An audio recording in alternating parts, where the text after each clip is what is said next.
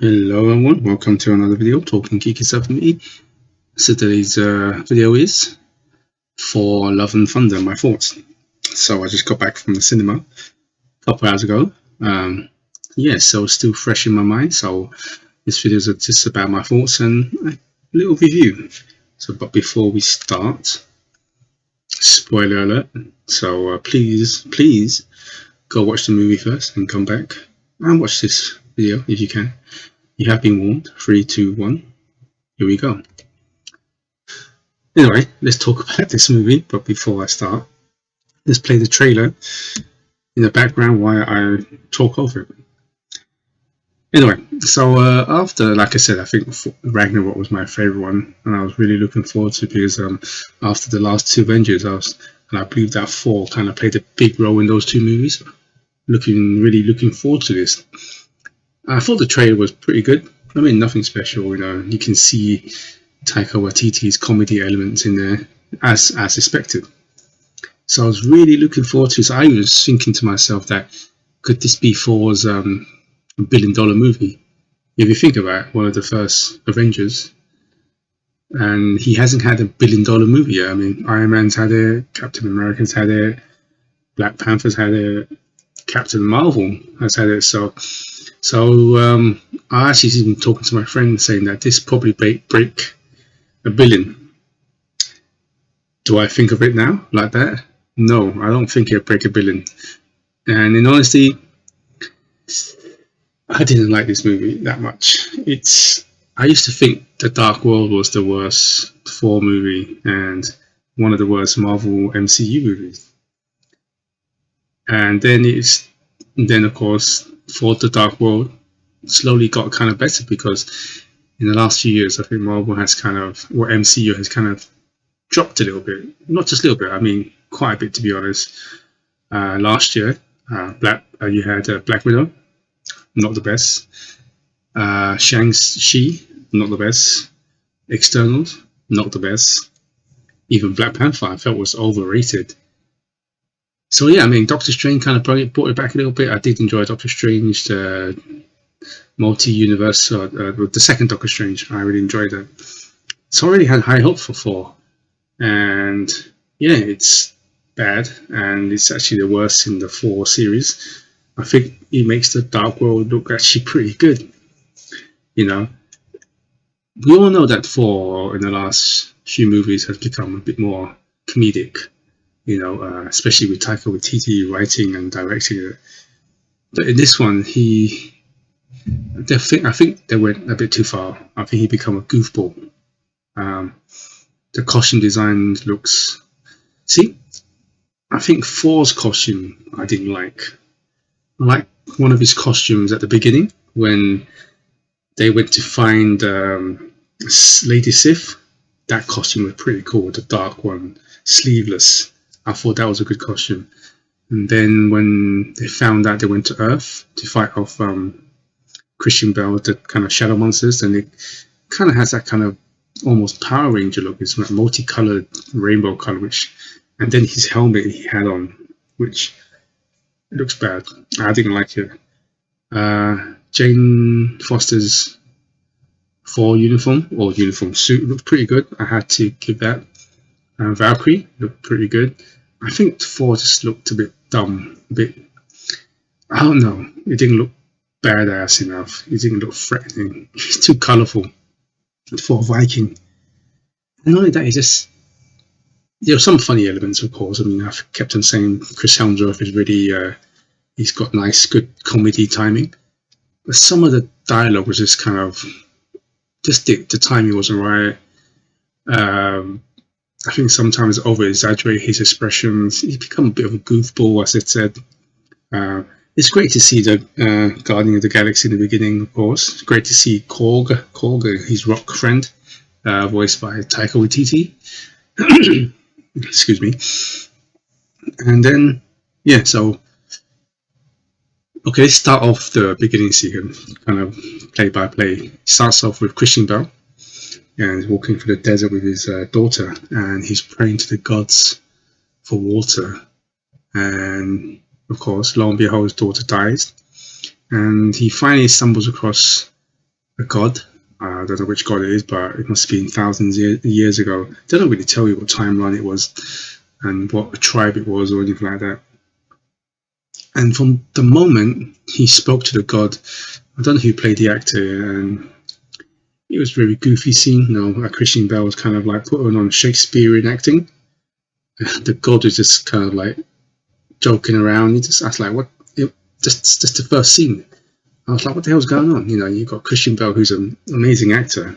I'll talk about him later on a little bit more. And then the god was just interacting in a kind of stupid way. It's like, are they acting in the same film or in the same scene? And then lo and behold, you found out that God was a bit of a dick. He didn't care, sacrifices. And he stumbles across this sword. I can't remember what the sword's called. It's a god killer. The sword chooses him, and the god tried to strangle him because Christian Bale denounces him. Then he picks up a sword and starts killing, and the sword corrupts his mind, just like any bad weapon nowadays. Any mystical weapon will corrupt the user. And then he goes on a kind of killing spree of gods. They kind of fast forward to today, a bit of the rock music, which I did like. I did like some of the soundtrack. It fits the movie quite well. On this planet, and Korg is telling a story about the legendary Thor. Then they're fighting for whatever reason with the Guardian Galaxies and so on.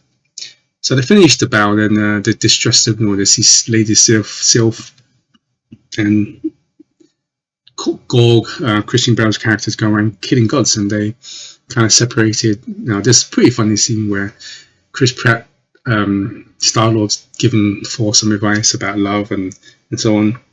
So they depart ways. The Guardian of the Galaxy is going to save a bunch of people there. Thor will save Lady Sylph. I think I pronounced it right, Lady Sif. Sif, that's it. They go over there, and like I said, he had a pretty cool costume, dark, really kind of Viking, in this kind of snowy land, and a big creature dies, and it's supposed to be a god. Finds Lady Sif there, and her arm been chopped off. What should have been somewhat of a serious reunion, a scene, kind of fell flat because of the comedy elements. I didn't think it landed quite right. Her arm chopped off, and she was ready to die and go into Valhalla. And then Thor said, you ain't going to Valhalla because you're supposed to be dying in battle, things like that. So they send her back to Earth. Or before that, Lady Sif tells Thor what's going on to prepare for the God Butcher and so on. Anyway, Christian Bale, in the night of just before that, there was a scene of the new Asgard, and it's become like a tourist attraction. You know what? I even forgot about talking about Natalie Portman's character, Jane Foster. There's a scene you see in hospital, with Ivy, wherever's going in the veins. Talking to a person next to her about her book, and you find out she got cancer.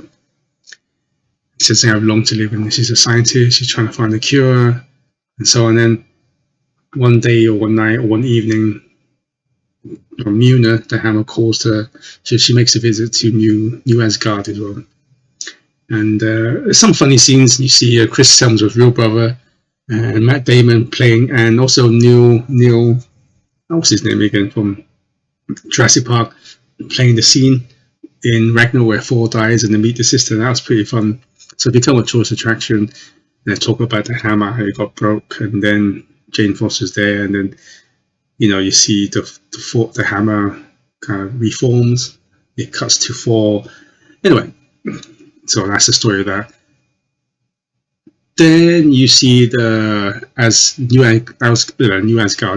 Asgard at night, and you see Christian Bale's character at the kind of hilltop, and he pushes his sword down, then all the shadows, creatures pop up. I thought that seemed pretty good. I thought he played that pretty well. Quite sinister, and some jump scares, quite bit of horror element to it. And Christian Bale's great. I mean, Christian Bale is just great anyway. He's a great actor anyway. And the whole scene comes in, and the monsters cause a havoc in that sort of village, and you have Valkyrie come out with her flying horse, starts fighting. Thor comes over, with Taika Waititi's character Korg fighting the monsters, and then suddenly you see the hammer flying around, Muna, and then you see Lady Thor or the Mighty Thor, Jane Foster, and so on. The thing about this film, though, is it's like almost like having 3 movies in one. Opposite ends. You got Christian Bale, who's like, he takes his role seriously, and as he should as an actor. And when you see him talk, you really get invested in him. He almost Shakespearean in some aspects, really sinister, really acting. And then you get Thor and Natalie Portman and Valkyrie, Taika Waititi in that kind of comedy element, almost like, oh no, I don't see them take it serious. Maybe just me. And you got another element where you got the kind of like, how do you say, adventure that's traveling all over the place. There was this one scene that I wanted to be, it could have been so epic. They went to this place, I can't remember what it's called, where all the gods are, and it's hosted by Zeus. It's played by Russell Crowe. You probably see that in the trailer. You saw that in the trailer. And you didn't realize that was Zeus is a bit of a dick as well. I think this whole film's supposed to be a metaphor, like, don't believe in religion, things like that. And you see all these different gods from ancient times, from some South Americans to Japanese to Egyptian gods and so on. They mention Hercules as well. And you find out that he wants to raise an army, Thor wants to raise an army to fight against Gorg and so on. And he's a big fan of Zeus. He says he modeled himself after him. And you find out, Zeus is a bit of a dick. And there's a funny scene, I suppose, that you've seen the trailer where he took all his clothes off and, and all the girls and even men started fainting. That was pretty funny. Any excuse really to get Chris Hemsworth naked, I suppose. I was in the cinema, trust me, there was a few ladies behind me was gasping when he was naked. A lot of men was gasping as well, so there you go. And that whole scene could have been so epic. I really should have been so epic, but it felt flat. It felt kind of ridiculous in some aspects. I wanted to see maybe have Hercules in there. Showcase more gods, for example. Anyway, the whole scene was, and then suddenly he couldn't raise an army. Zeus and all the gods, were scared. They were chicken shits, really, to be honest. They could have just joined forces and killed Christian Bale's character, because unlike Hela from Ragnarok, there was a sense of threat because she kicks all their asses a lot, and it took a lot to kill Hela. You had to bring back that big demon to destroy Asgard to beat Hela. Hela brought Muna after all and brought the hammer. But with Christian Bale, every time they fought, it wasn't like a clear victory, for got some licks in, especially teaming up with Valkyrie and Lady Thor. They overwhelmed Christian Bale sometimes. So Christian Bale never felt like a threat, in my opinion. And yeah, but like I said, I think Christian Bale's scenes are great, especially when he's on this planet and it's kind of washed out, pastel grey colours and so on. There's a couple of other scenes which I never liked, and I mentioned that later on. So anyway, I'll go back to the whole scene where all the gods are. That just felt flat. It just become, like I said, it was funny, Emery, but it wasn't funny. It's just like, what a waste of time I felt. I don't know, I just felt that just didn't work. The film was about 2 hours long. I think they could have maybe extended a little bit to kind of build a bit more character. I think they should have gave Christian Bale more screen time. Because Christian Bale, when he's on scene, he literally steals the scene. He steals the kind of show. Because he's a great actor, and when you watch him do it, he's kind of relishing in that role. It's like an art form for him. And when he's acting opposite the others, it's like you're watching 2 movies in one. It just didn't make any sense. But anyway, so I have a big fight in the god area, and then they're trying to steal Zeus's thunderbolt. And at first, there were big fight, big action scenes, and action scenes. It wasn't that good. It felt a bit flat, almost cartoony, and the CG wasn't the best as well. If it's the same team that got you Ragnarok, I don't understand it, because the Ragnarok action scenes were pretty well done. Hela's fight scenes were pretty good in that, but this one just felt, I don't know, almost cartoony in some aspects. Anyway, so they, beat up the guards, trying to steal the Thunderbolt. Zeus is tries to strike Thor. Thor catches it, throws it back, pierces Zeus through, right through him. I thought, okay, well, Thor actually kills Zeus. Anyway, so they get the Thunderbolt and then get ready to fight. Called Gore. There was a little kind of like I thought it was pretty funny. It was because there's things where Thor was trying to get back with Jane Foster. I think they could have, really. I think they could have done a bit more with that. When it was tender scenes, it was pretty tender. I thought it was pretty good. There's also a little comedy love triangle between Stormbreaker and Muna because my ex-hammer and so on and so forth was pretty funny. And then so Korg kidnaps a bunch of the kids, uses it as hostages, because the plan was to use Stormbreaker, the Frostbite or whatever it is, to travel to see Eternity. Eternity, if you read the comics, Eternity is one of the most powerful beings in the Marvel Universe. He's practically the universe itself, He's almost everything that we are. He tries to go there and they tell him that you get one wish. I mean, I kind of guess, to get there. So anyway, they go to the planet and first, Thor finds out Jane Foster got cancer, and then the doctor's saying that there's something holding her, it's not helping her heal. And it's basically she's using Muna. Every time she uses it, she's draining her mortal powers. So Thor say, you ain't coming with me, okay? Oh yeah, just before there's a battle, Valkyrie got stabbed as well by Christian Bale. So Thor's, Lone Ranger going to fight Christian Bale himself. We all know that, what happens that Jane Foster comes back and saves his life. Kind of spoiled that already, but we all know it's pretty predictable. So he goes to the planet, tries to save the kids. This scenes I didn't like. I mean, the kids were quite annoying anyway. Don't get me wrong, they could have saved them and then get done. He does all these speeches and then he gives them the power for and then kind of fight against Christian Bale's shadow army. I don't know. I didn't feel nothing about it. It wasn't funny. Seeing kids doing this, I didn't feel was right. I don't know. I just didn't think that should have done that. Anyway, then you show some action scenes, slow motion, the kids. Like I said, I don't think it's funny. I didn't think it works at all. Then they cut to the Thor and Christian Bale fighting. He gets upper hand, and anyway, but Christian Bale overall overpowers him, and you see because Christian Bale just before the scene, I'm skipping places where Valkyrie got stabbed in his home planet. He's stolen Stormbreaker and using it to open a portal to, or the key or whatever you want to call it, to eternity, to make a wish. So while it's kind of producing power, they're fighting and so on. Thor's using the Thunderbolt from Zeus that he stole earlier on to fight him. But Christian Bale gets the upper hand and he tries to stab him with that sword.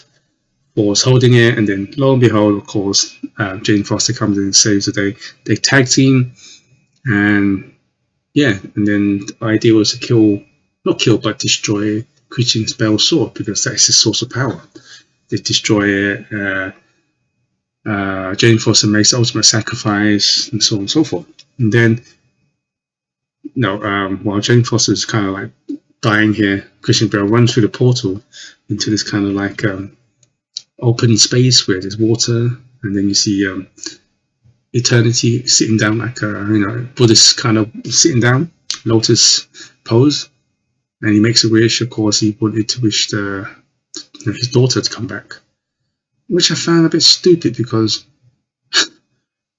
he kind of went around trying to kill gods. You were saying to me that you couldn't get a god that could resurrect his daughter. I don't know. I mean, maybe he couldn't find the right god to resurrect his daughter, or something, or like I said, the place where Thor went to see Zeus and all the gods. He couldn't kind of go there and, and I don't know, just got a god that can resurrect it, go to whichever dimension his daughter is resurrected. I don't know, maybe I would have done that.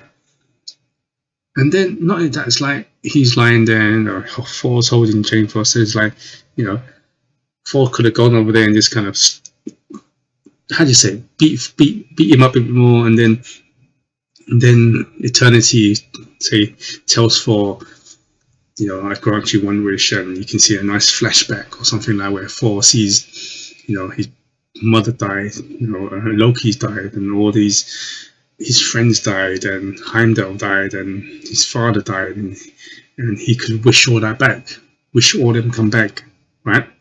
But he doesn't. He makes the ultimate sacrifice and wishes Jane Foster to recover from cancer, because he wants, this kind of film is about kind of being lonely, and all he wants to be was be loved and have love.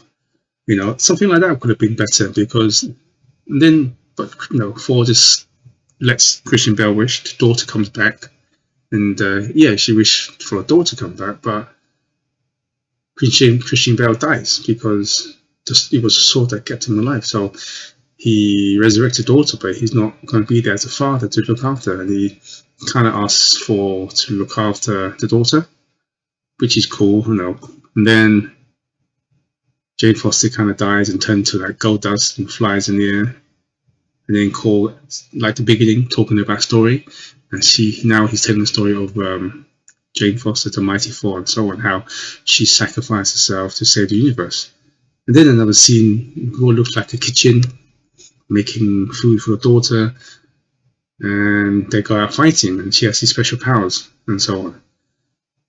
So yeah, then of course you got the ending credit scene, and Zeus is alive. And I was like, oh, cool. Oh, no, Zeus is alive. And he was talking. I knew who was he talking to. And then right at the end, Hercules comes out. And so they want to make gods more fearful, because he's saying that the people are looking in the skies and asking for superheroes instead of gods. And I don't blame them, because watching this film, you see why the gods are a bit of a dicks in this. So you get to see Hercules. I didn't recognize who Hercules was. So, yeah. So maybe they make 4 or 5. You get it, 4 or 5. Hercules might be his villain. We all know Hercules later on becomes Avenger, so probably becomes a good guy at the end. So anyway, that's my overview, quick thoughts. I won't say it's quick thoughts, reviews. And how do you like it? I think it's the worst Thor movie, in my opinion. Some funny bits. I just think, like I said, it's become a goofball. The story was disjointed. It felt like watching 2 or 3 movies in one. Christian Bale was great. I'd like to have seen more of him. I just felt he's wasted in this, to be honest. I hope that Christian Bale do more superhero movies or something like that. So, I would recommend it if you have been with Marvel for all these years and you're a big fan of Chris Hemsworth, and to see for itself, definitely recommend it for that. But if you're just kind of casual film goer, no, don't watch it, because I actually was like, what the hell am I watching? Terrible. It was, I don't know, is it the worst Marvel movie? I don't think so. It's the worst Marvel movie. Maybe because I was expecting a lot more, because I did like Ragnarok a lot. And I do like Chris Hemsworth. I really felt kind of sorry for him in this film in some ways. But anyway, enough talking. Thank you everyone for watching and staying to the end.